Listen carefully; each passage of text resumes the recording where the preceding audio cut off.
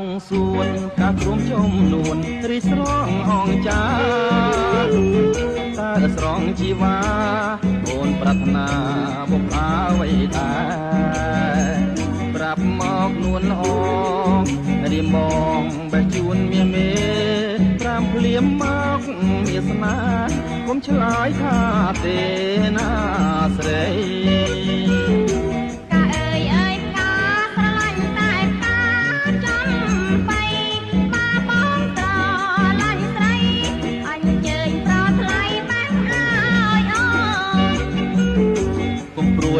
ឲ្យសងមិនថ្មីចាំប្រងបេះជូននួនល្អ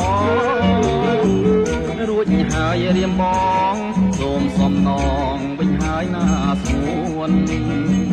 ចង់បានសំណងអូនសងវិញក្រុមចំនួនត្រឡាញ់កាវៃធ្ងន់សូមប្រាំអូនបេះជូនភ្លៀងកាអើយប្រាស្រឡាញ់តែការមដួលតាស្រងនិមលអូនព្រមទទួលបាំងឲ្យទេនេះណែរំដួលសំបងទទួលយកទៅថាចោតែកុំបងពេលការនោះអត់សំរត់ណាកុំព្រួយកុំភ័យការស្លេក្រអូបជាងគេ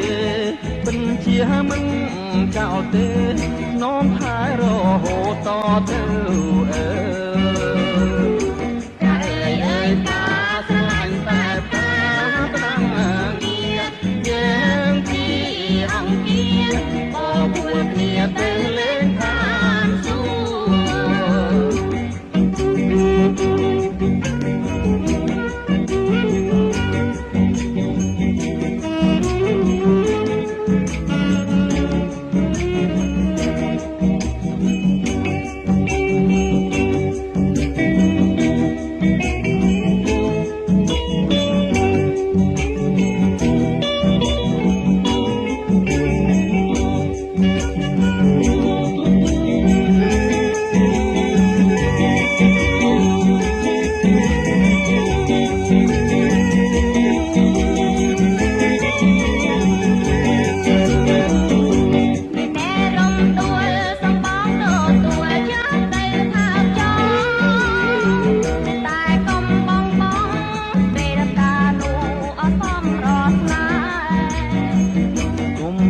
កុំភ័យ